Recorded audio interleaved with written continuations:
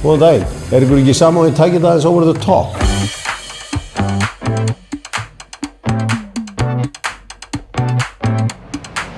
Af því ég veit að hann verður klæddur eins og einhver úllingur hann herra, þá ætla ég að vera the daddy.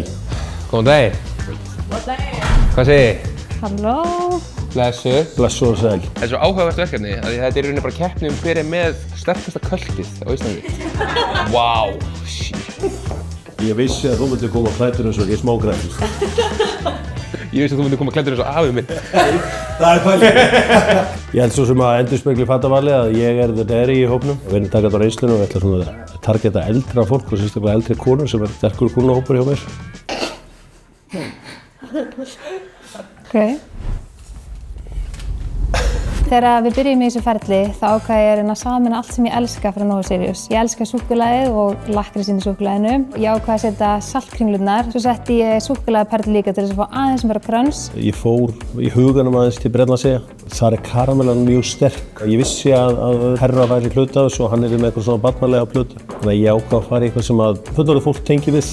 Svo kom þessu hugmynd frá Jóni Fannari að poppa þetta aðeins upp. Hvað er betra en að poppa þetta upp með poppi?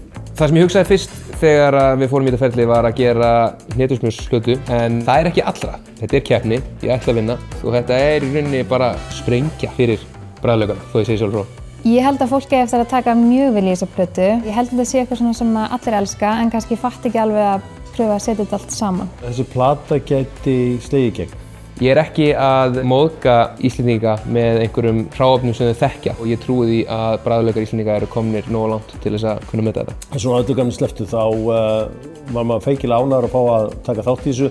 Þetta er svipað eins og biðja 8 ára krakkum að taka þátt í að hanna Vatnsmýrinbrautargarð. Ég var frekar hissa en virkilega spennt af því að ég held að þetta sé eitthvað sem mörgum langar til þess að gera og ég var virkilega ánægð með að fá tækifæri að pröfa að gera mitt eigið súkkulaði.